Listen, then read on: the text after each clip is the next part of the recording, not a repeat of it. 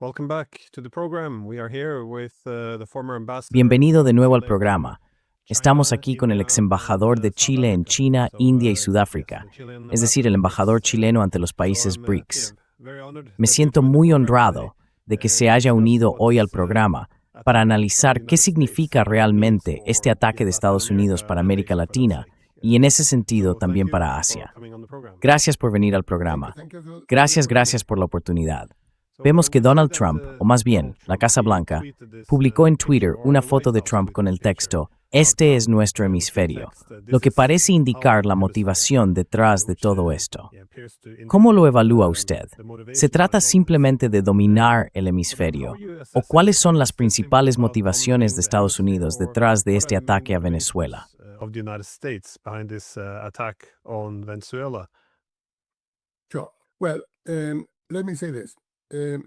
Bueno, permítame decir esto. A lo largo de la larga historia de las relaciones entre Estados Unidos y América Latina, ha habido, por supuesto, muchas intervenciones estadounidenses de diversas formas en toda la región. Pero lo que ocurrió en Venezuela el sábado realmente marca un nuevo precedente. ¿Por qué lo digo? Es la primera vez que hemos visto un ataque militar estadounidense en el continente sudamericano. Habíamos visto ese tipo de acciones anteriormente en México, Centroamérica y el Caribe, pero no en el continente sudamericano. Así que se ha cruzado un umbral y estamos en territorio desconocido. Y sin perder el ritmo, en la rueda de prensa del sábado, el presidente Trump advirtió a Colombia y México que podrían ser los siguientes. Y el secretario de Estado Rubio, a su vez, advirtió a Cuba que tuviera cuidado.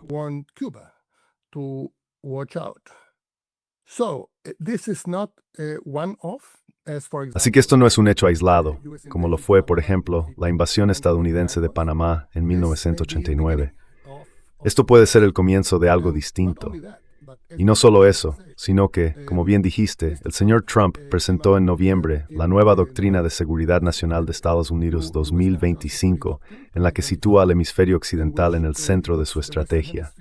Esto supone un cambio importante respecto a los presidentes anteriores. El presidente George W. Bush, por supuesto, colocó Oriente Medio en el centro con su guerra global contra el terrorismo. El presidente Obama, con su giro hacia Asia, situó a China en el centro. Y el presidente Trump está poniendo a las Américas en el centro. Ahora bien, podría pensarse que para Estados Unidos dar prioridad a América Latina sería algo positivo. América Latina ha estado atravesando graves dificultades.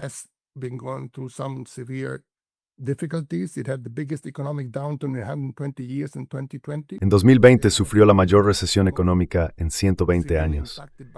Fue la región más afectada por la pandemia. Con solo el 8% de la población mundial, América Latina registró el 28% de las muertes globales. Y realmente no ha logrado recuperarse de ello. Así que la región está en muy mal estado, muy mal estado. Podría pensarse que el interés de Estados Unidos ayudaría a la región a salir de esta situación tan difícil.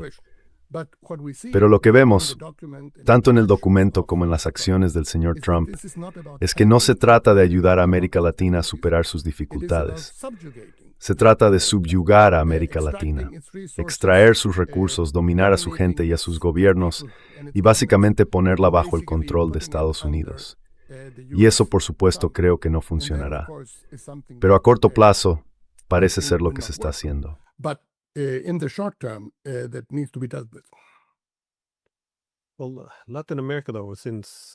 Bueno, América Latina, sin embargo, ha cambiado mucho en los últimos 20 años. Antes, Estados Unidos era el principal socio comercial. Ahora vemos que se ha desplazado hacia China, como ocurre en la mayor parte del mundo, diría yo. Pero el problema para Estados Unidos es que ya no puede competir realmente con China. Así que existe este incentivo de recurrir en su lugar a la fuerza militar como una especie de nuevo mercantilismo. Pero, ¿cómo cambiará esto la dinámica en toda América Latina? Porque, de nuevo, no es una región unificada. Algunos países se alinean más estrechamente con Estados Unidos, mientras que otros son más reticentes. ¿O es simplemente que, muchos países no sentían gran simpatía por Maduro, pero en realidad esto no trata del líder de un solo país? this is not about a leader of a country. This is the story is much bigger here. La historia aquí es mucho más amplia. Es Estados Unidos, como dijiste, intentando subyugar a América Latina, o ahora también a Sudamérica, en un esfuerzo por, supongo, consolidar todo el hemisferio occidental en preparación para este orden mundial multipolar, asegurándose de que otras grandes potencias ni siquiera tengan oportunidades iguales allí. Algunas personas lo llaman la doctrina Monroe, pero otros la han denominado, en cambio, la doctrina Dunroe.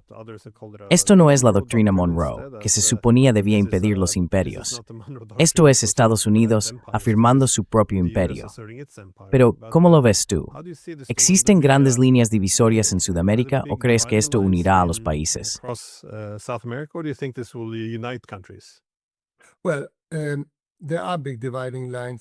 Bueno, hay grandes líneas divisorias en Sudamérica y en el resto de América Latina. No hay duda de que la región está fragmentada. Ya sabes, existe una entidad colectiva que se supone que representa a América Latina. Se llama CELAC, la Comunidad de Estados Latinoamericanos y Caribeños. Pero es muy débil. Es muy difícil alcanzar cualquier acuerdo.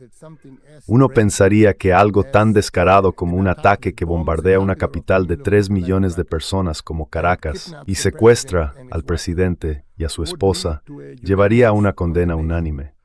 Pero no ha sido así. El hecho es que hay gobiernos en América Latina, mencioné los gobiernos de Argentina, Ecuador, República Dominicana, Panamá y Costa Rica, que se alinean abiertamente y con el gobierno del señor Trump.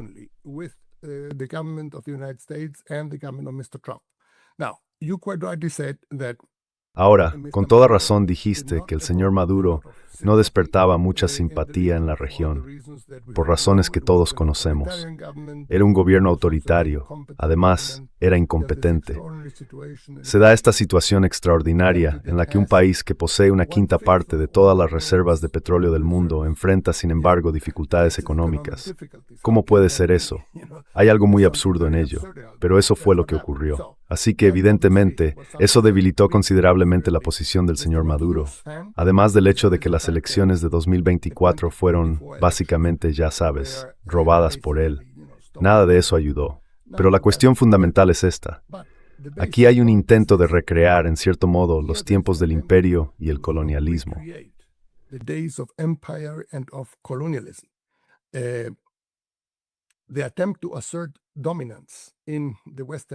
El intento de afirmar la dominación en el hemisferio occidental por parte de la administración Trump es algo que no habíamos visto en mucho tiempo.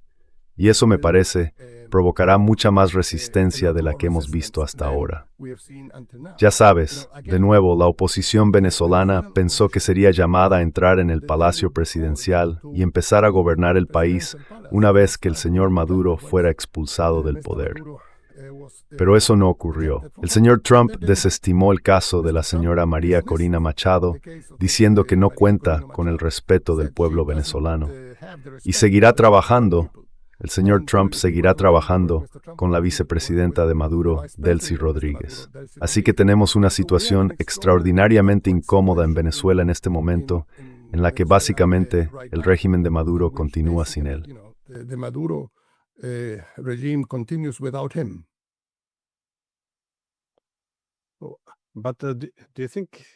¿Cree o predeciría que esto alimentará el sentimiento antiestadounidense en toda la región, independientemente de los gobiernos?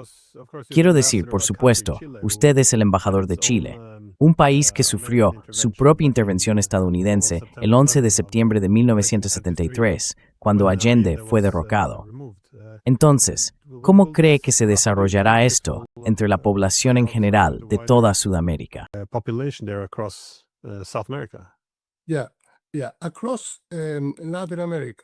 Sí. En toda América Latina, el hecho de que el señor Maduro pisoteara la democracia y los derechos humanos fue una carta importante que se utilizó y jugó en su contra.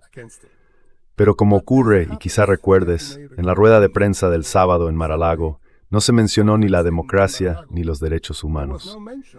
Lo que estamos viendo en Venezuela tiene que ver únicamente con apoderarse del petróleo venezolano. El señor Trump dijo que la industria petrolera venezolana fue construida por Estados Unidos y que ahora Estados Unidos la recuperará. Ahora bien, ¿ocurrirá eso también en otros países? El Documento de Seguridad Nacional de Estados Unidos de 2025 afirma con toda claridad que Estados Unidos está muy interesado en hacerse con los recursos naturales de la región. Ya sabes, Sudamérica en particular es una región muy rica en recursos naturales. Así que veremos esto también en otros países. Es reacción overdeekt muy fuerte.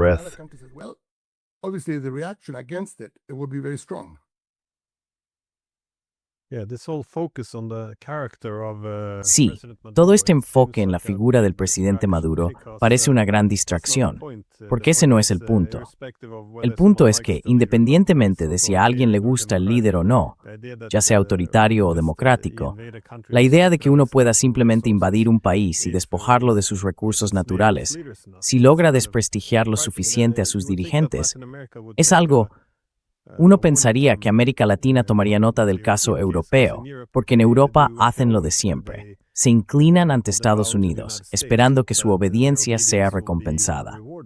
Pero precisamente por eso los europeos no quieren condenar lo que hizo Estados Unidos. De hecho, los líderes de la UE solo se centraron en lo que consideran la ilegitimidad de Maduro, pero su obediencia no es recompensada. But their obedience is not rewarded. It's seen as a weakness and an invitation. Se considera una muestra de debilidad y una invitación. Inmediatamente después, Donald Trump empezó a hablar de tomar Groenlandia, y parece que esto va más allá de la mera retórica, que probablemente será el próximo objetivo. Pero de nuevo, para América Latina, como dijiste, Marco Rubio parece muy decidido a ir contra Cuba. Trump ha lanzado amenazas contra Colombia y México. El año pasado, por supuesto, amenazó con tomar el Canal de Panamá, pero fue sobornado con algunos beneficios. Aún así, podría volver a intentar hacerse con el Canal de Panamá. Entonces, ¿no es esto, supongo, la erosión del derecho y la estabilidad internacionales, y el rechazo de la soberanía, o al menos la exigencia de una soberanía limitada, para Sudamérica? ¿No es esto algo que, supongo, configuraría nuevas alianzas o crearía realidades completamente nuevas a las que los políticos deberían reaccionar?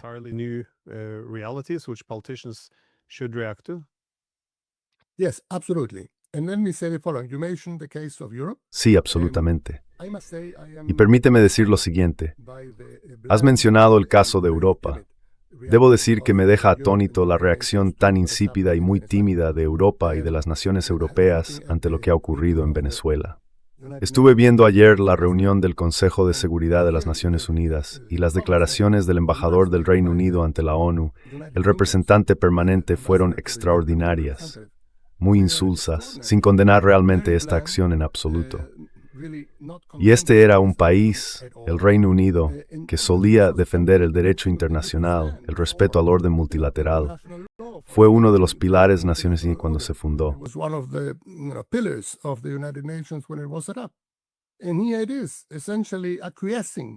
Y aquí está, aceptando esencialmente lo que ha estado ocurriendo en América Latina. La idea es, supongo, bueno, esto está muy lejos, no deberíamos preocuparnos por ello. Pero bueno, ya sabes, al final todo pasa factura. Ahora Stephen Miller, un asesor del señor Trump, el principal asesor, el subjefe de gabinete, habla de tomar Groenlandia. Así que ya sabes, si no defiendes a otros cuando tienes la oportunidad de hacerlo, acabarán yendo a por ti. Y esto es lo que estamos viendo hoy. Permíteme subrayar lo siguiente, Glenn. Puede que hayas visto mi nuevo libro, El Mundo No Alineado, en el que defendemos lo que llamamos, junto con mis colegas Carlos Portillo y Carlos Ominami, el no alineamiento activo.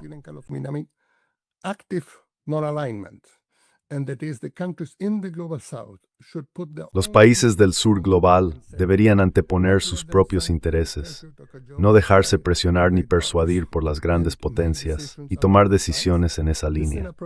Este es un enfoque que toma inspiración del movimiento de países no alineados de los años 50 y 60, pero lo adapta a las realidades del nuevo siglo.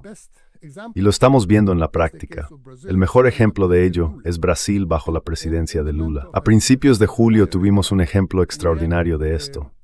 El señor Trump presionó a Brasil para que pusiera fin al enjuiciamiento del expresidente Bolsonaro, quien estuvo implicado en un intento de golpe militar en Brasil en enero de 2023, y tuvo que ser juzgado por ello.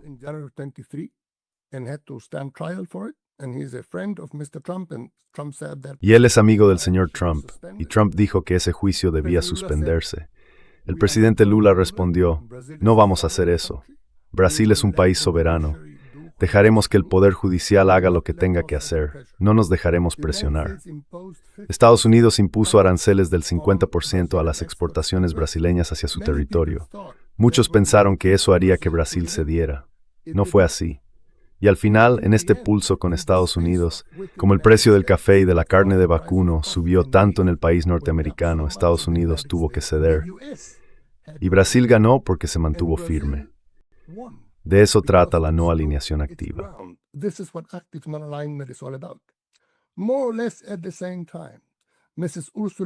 Más o menos al mismo tiempo, la señora Ursula von der Leyen se subió a un avión para visitar al señor Trump en su campo de golf en Escocia, algo que nunca había visto antes, una reunión con un jefe de Estado en su campo de golf privado. Allí alcanzaron un acuerdo en el que la UE esencialmente se rindió. En este acuerdo comercial que firmaron con Estados Unidos, este impuso aranceles del 15% a los productos europeos que iban al país, y hubo un compromiso por parte de la UE de comprar, creo, $600.000 millones en productos energéticos de Estados Unidos y $750.000 millones en productos de defensa, sin aranceles para los productos estadounidenses que entraran en la UE. En resumen, una capitulación. Obviamente, la Unión Europea es una economía mucho mayor y una parte más fuerte que Brasil. Pero cedió. Brasil no lo hizo. Y creo que ahí hay una lección para todos los que quieran verla.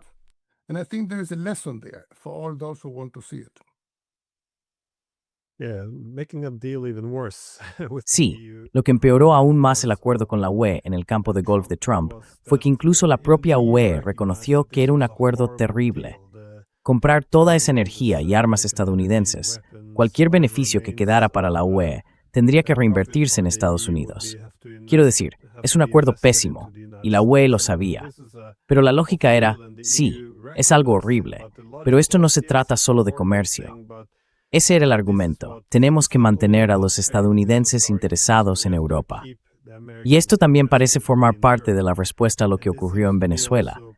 Básicamente, mantengamos a Trump contento y esperemos a que pase.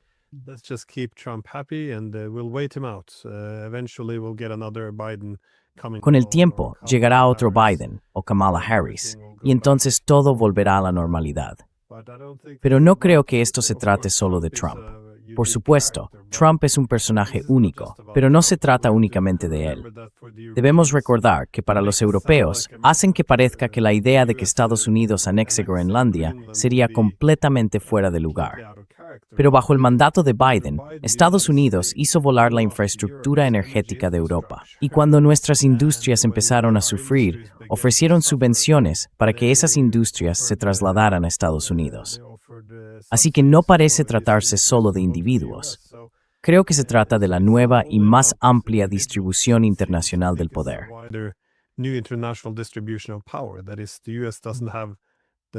Es decir, Estados Unidos ya no tiene la riqueza relativa que tenía antes. Fue muy generoso con los europeos después de la Segunda Guerra Mundial, con acuerdos comerciales y todo eso, pero simplemente ya no está en condiciones de hacerlo. Dependerá más de la fuerza militar y creo tendrá una relación más extractiva con sus aliados, buscando esencialmente un retorno de la inversión de su imperio. Así que creo que es un enorme error limitarse a esperar y confiar en que los estadounidenses te tratarán bien, porque pienso que Trump, en particular, solo verá debilidad, algo de lo que podría aprovecharse.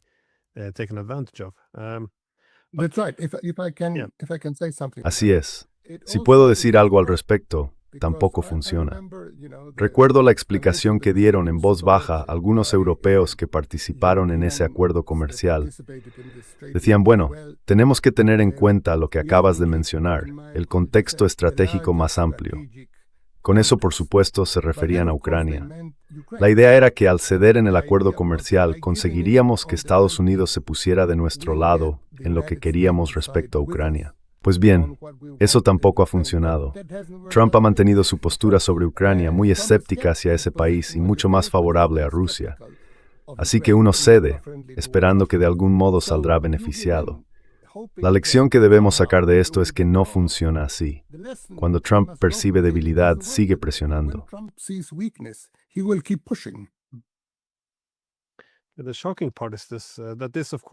Lo sorprendente es que esto, por supuesto, ocurre en ausencia de cualquier tipo de diplomacia. Quiero decir, Estados Unidos está en una posición debilitada, pero nadie quiere que Estados Unidos fracase o atraviese una crisis masiva. Porque entonces, claro, eso no sería bueno para los estadounidenses, pero tampoco sería positivo en cuanto a cómo reaccionarían. Sin embargo, dado que se está produciendo un cambio enorme en la distribución del poder, resulta muy extraño que no haya más esfuerzos diplomáticos para intentar encontrar un nuevo statu quo en el que Estados Unidos también pueda hallar una posición aceptable o estable para sí mismo. Exactamente. Pero uno de los intentos de facilitar un mundo multipolar estable ha sido el grupo BRICS. Y como mencioné antes, usted ha sido embajador en India, China y Sudáfrica. Solo le faltarían Brasil y Rusia, y tendría los 5. ¿Cómo interpreta usted esto como un ataque de Trump contra los BRICS?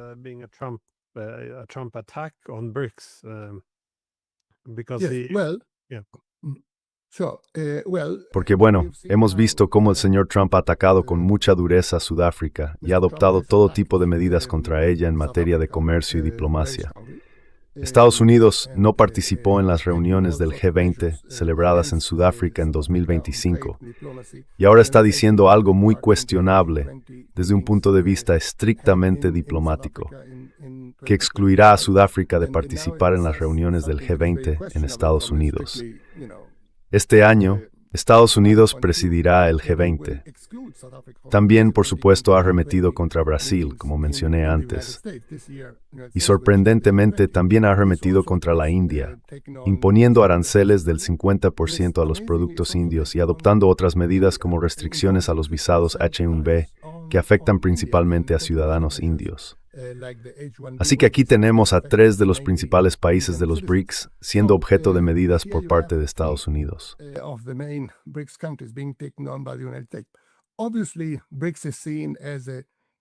Obviamente los BRICS se consideran una amenaza para la dominación y la hegemonía de Estados Unidos y por lo tanto no son muy populares en Washington, especialmente para el señor Trump. Pero diré esto. Lo que estamos viendo es el surgimiento de los BRICS como un actor importante. Antes había 5 miembros, ahora hay 10. Indonesia se unió, el 4º país más grande del mundo y el país con mayor población musulmana del mundo. Los países BRICS tienen su propio banco, el nuevo Banco de Desarrollo. Se creó cuando yo estaba en Pekín, establecido en Shanghái con un capital de $50,000 millones. Así que los BRICS se han consolidado como una fuerza muy significativa en la política mundial. Lo extraordinario es que durante mucho tiempo, los medios occidentales básicamente ignoraron la existencia de los BRICS, descartándolos como un foro de debate que hablaba mucho, pero que en realidad no emprendía ninguna acción.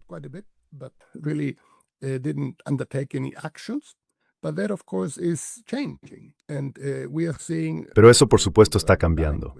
Estamos viendo, con el nuevo Banco de Desarrollo y otras acciones emprendidas por el grupo BRICS, que se está convirtiendo en un punto de referencia muy importante en los asuntos internacionales. Ahora bien, lo que es importante subrayar aquí, Glenn, es lo siguiente. A menudo me hacen esta pregunta. Evidentemente, los BRICS no son un foro del sur global. Ni China ni Rusia forman parte del sur global, diría yo. Aunque, por supuesto, Brasil, Sudáfrica e India sí lo son, al igual que Indonesia y algunos de los miembros más recientes. Pero sí es un foro para el sur global, porque defiende las demandas del sur global de una manera que, por ejemplo, el G7 ciertamente no hace.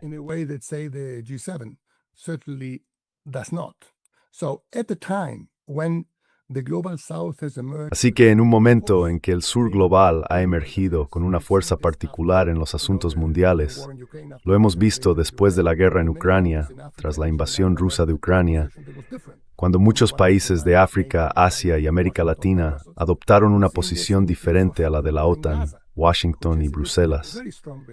Lo hemos visto de nuevo en el caso de la guerra en Gaza, que ha provocado una reacción muy fuerte entre los países de África, Asia y América Latina, debido a la connivencia de Estados Unidos y Europa en la guerra genocida emprendida por Israel en Gaza.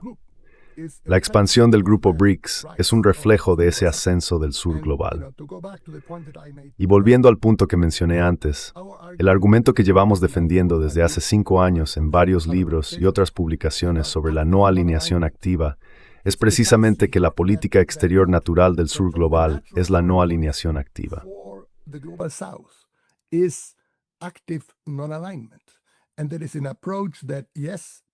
Y existe un enfoque que sí, toma algunos de los elementos del movimiento de países no alineados del siglo XX, pero los adapta a las realidades del nuevo siglo, en el que tenemos a los dos gigantes asiáticos, China e India, y a estos nuevos bancos multilaterales de desarrollo, como el nuevo Banco de Desarrollo, el Banco Asiático de Inversión en Infraestructura y el Banco de Desarrollo de América Latina. Este es un mundo en el que más del 50% del comercio mundial se realiza en el sur global, comercio sur-sur, frente al 20% que representaba en la década de 1970. Así que es un mundo completamente nuevo, en el que los países de Asia, África y América Latina han alcanzado su madurez y están ejerciendo una presencia muy significativa en los asuntos mundiales.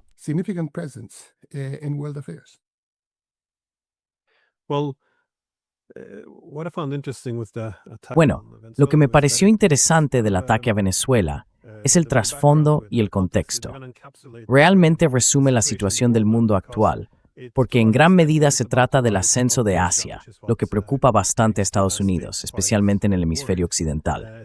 Pero también es una historia, como hemos visto en Occidente, de declive relativo y fragmentación.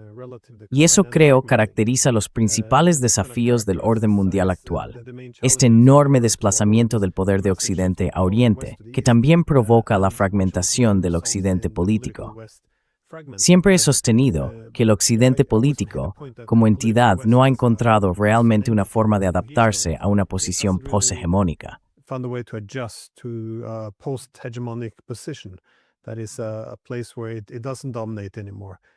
Ese es un lugar donde ya no domina. Y creo que este es un problema clave. Por eso también hay algunos actos de desesperación. Pero, ¿cómo ves el papel de China en todo esto? Porque se ha vuelto bastante dependiente de América Latina como socio comercial. Sudamérica es rica en recursos naturales. Entonces, ¿se trata de un intento de vender petróleo a los chinos en dólares para reforzar el petrodólar o de un intento de cortar el comercio con China? ¿Qué tan central crees que es China en el cálculo de los estadounidenses?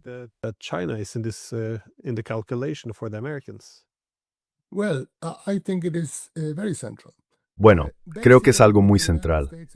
Básicamente lo que Estados Unidos ha intentado hacer durante la última década más o menos es excluir a China del hemisferio occidental. A Estados Unidos no le gusta la presencia china en las Américas y está haciendo todo lo posible por expulsarla. Y lo que dice este documento de seguridad nacional, bueno, lo dice casi literalmente, es que Estados Unidos debería intentar, parafraseando, expulsar a todas las empresas extrahemisféricas que estén construyendo infraestructuras en América Latina. Quiero decir, eso es una propuesta insostenible, ¿sabes? Decir, mantengamos a América Latina subdesarrollada y cualquiera que quiera contribuir al desarrollo latinoamericano, pero no sea estadounidense, debe ser expulsado.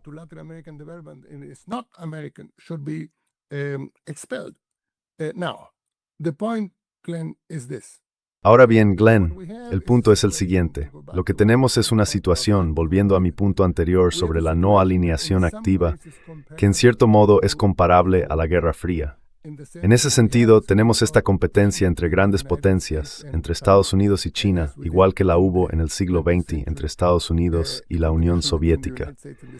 Esta competencia es en cierta medida ideológica, pero sobre todo económica y geopolítica.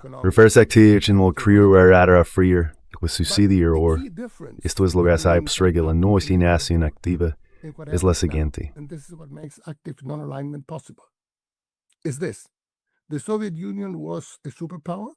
La Unión Soviética fue una superpotencia. una superpotencia militar, una potencia espacial, una potencia nuclear, una potencia ideológica, pero no era una potencia económica significativa. Era una economía cerrada, más pequeña que la de Estados Unidos. Por lo tanto, no podía competir con Estados Unidos en términos de comercio, inversión o flujos financieros. Por otro lado, China se encuentra en una posición muy diferente. La economía china es más pequeña que la estadounidense, y sin duda China es más débil en términos de poder militar. Pero, en ciertos aspectos, es una economía más abierta que la de Estados Unidos. Firma acuerdos de libre comercio.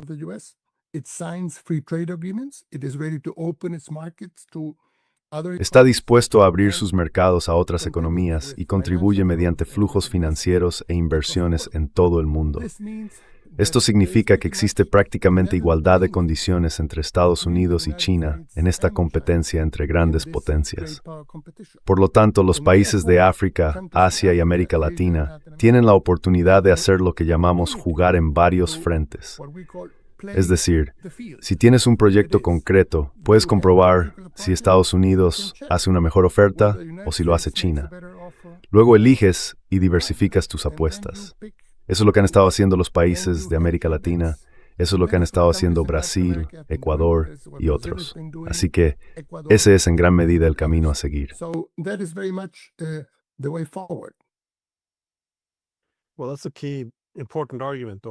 Bueno, ese es un argumento clave e importante sobre la multipolaridad. Por eso el desarrollo de un mundo multipolar resulta muy atractivo para muchos países del mundo. Los países pequeños y medianos tienen una mayor oportunidad de prosperar y de contar con más autonomía política. Si existen muchos centros de poder, entonces no es necesario alinearse con nadie. Y es importante, creo, lo que has dicho, que la Unión Soviética no era una potencia económica en el mismo sentido, porque Estados Unidos era el principal centro económico de poder, aún más después de la Guerra Fría, lo que significaba que era el único juego posible. Eso reduce el incentivo para diversificar realmente.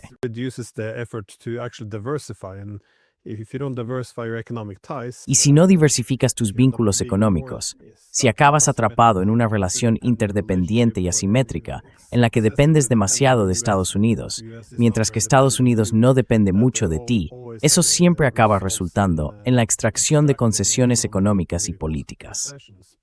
Se podría pensar que otra lección que América Latina debería sacar de Europa es que, mientras vimos al resto del mundo intentar diversificarse para ganar más prosperidad y autonomía política, los europeos hicieron exactamente lo contrario. Querían, en esencia, revivir el momento unipolar y consolidar la posición de Estados Unidos en Europa. Y la manera en que lo hicieron fue básicamente haciendo lo que se les decía. Así que con los estadounidenses dijeron, bueno, Europa tiene que desconectarse de Rusia, desconectarse de China e incluso, hasta cierto punto, l'aranzel.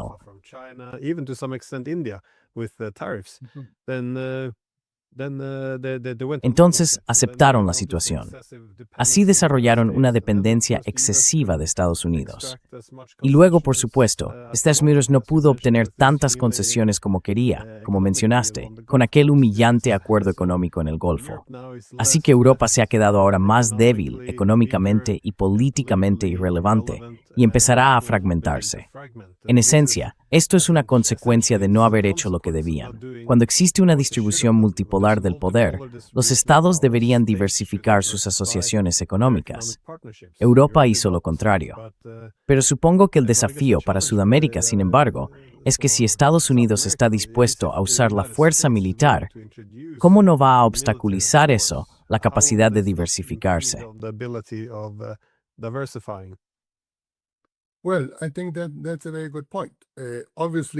Bueno, creo que ese es un punto muy válido. Obviamente Estados Unidos hizo lo que hizo en Venezuela y ahora amenaza con hacer lo mismo en varios otros países. Pero esto no es algo sostenible a medio o largo plazo. Y respecto a tu comentario sobre la diversificación, durante la mayor parte de la historia de América Latina, los primeros 180 años de vida independiente, la región dependió básicamente de dos polos diplomáticos, comerciales y de inversión. Tú no eras Estados y ahora en un triple país europeos. Nu in en auge de Chinos King Mar Thorburn to and Thrice. China. Suddenly there is a third reference point. Now, in international relations, as you quite rightly say, Ahora bien, en las relaciones internacionales, como usted dice con toda razón, siempre es mejor tener más socios que menos. Así que para Sudamérica, no para América Latina en su conjunto, sino para Sudamérica, China es hoy el principal socio comercial. Es lo mismo para Brasil, Chile, Perú y Uruguay. Brasil comercia unos 180,000 millones de dólares al año con China. Es una cantidad enorme de dinero y tiene un superávit. Chile, mi propio país, mantiene un comercio bilateral de unos 60,000 millones de dólares al año y también tiene un superávit. Ahora bien, esto no es algo que pueda cambiarse de un día para otro.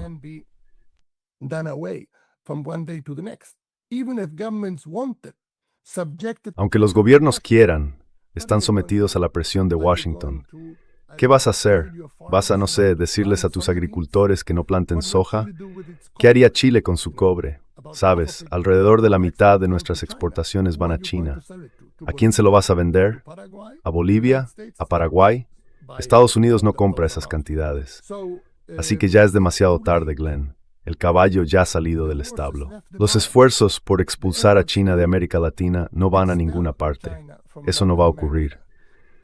Ahora bien, puede que secuestren a un presidente aquí, puede que bombardeen una capital allá, pero esas tendencias económicas, esas corrientes subyacentes, han llegado para quedarse.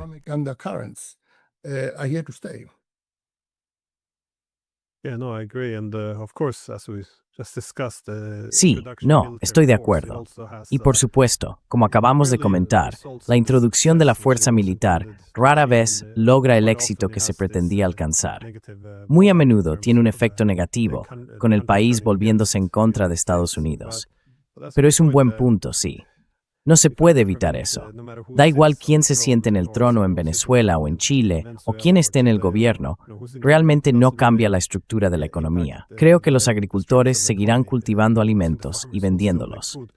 Pero como última pregunta, ¿cuáles crees que serían las consecuencias políticas y económicas a largo plazo de este nuevo desarrollo, que no solo apunta a Venezuela, sino que amenaza a toda la región?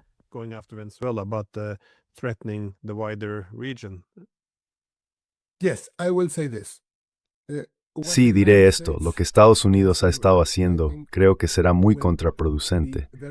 Puede lograr algunos efectos a corto plazo en cuanto a sus prioridades de política exterior, pero a largo plazo creo que realmente va a debilitar su posición. Toda la noción de la Comunidad de las Américas, la idea misma de las Américas, está siendo cuestionada. Ya sabes, mucha gente ha dicho a menudo que no existe tal cosa como las Américas. Tienes a América Latina por un lado y luego a Estados Unidos por el otro. Y lo que ocurrió en Venezuela el sábado refuerza esa idea, que no existe tal cosa como una comunidad de las Américas.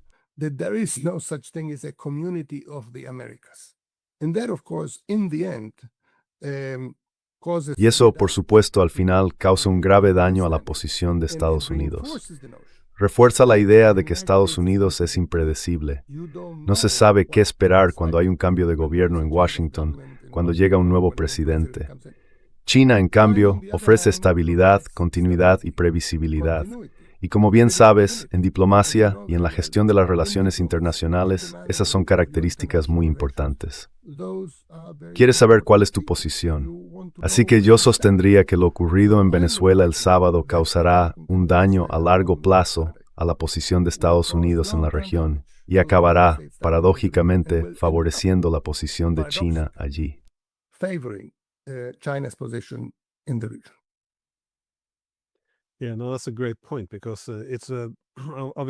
Sí, no, ese es un gran punto, porque desde Washington esto se presenta como una victoria enorme y una demostración de fuerza. Pero también se puede argumentar con bastante seguridad que es una muestra de debilidad. El hecho de que haya que enviar al ejército, matar a ciudadanos de Venezuela para secuestrar a su presidente, con la esperanza de cambiar sus políticas económicas y lealtades políticas, especialmente cuando se trata de un país pequeño o mediano. Esto es, esencialmente, lo que haría un imperio en declive como demostración de fuerza. Así que también podría ser una señal de una debilidad aún mayor, que, por supuesto, se perpetuará a medida que llegue la reacción. ¿Tienes algún comentario final antes de que terminemos?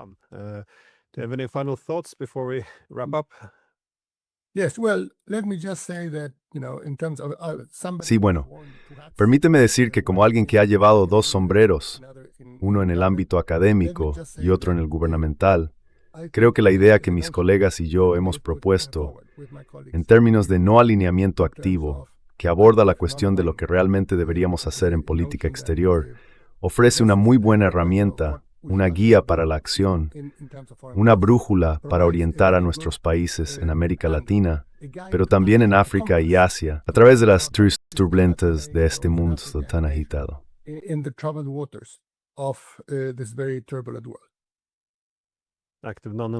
No alineamiento activo. Sí. Muchas gracias por tomarte el tiempo. Dejaré un enlace a tu trabajo en la descripción. Gracias de nuevo. Por favor, hazlo. Gracias por la oportunidad. Que tengas una buena tarde. Adiós.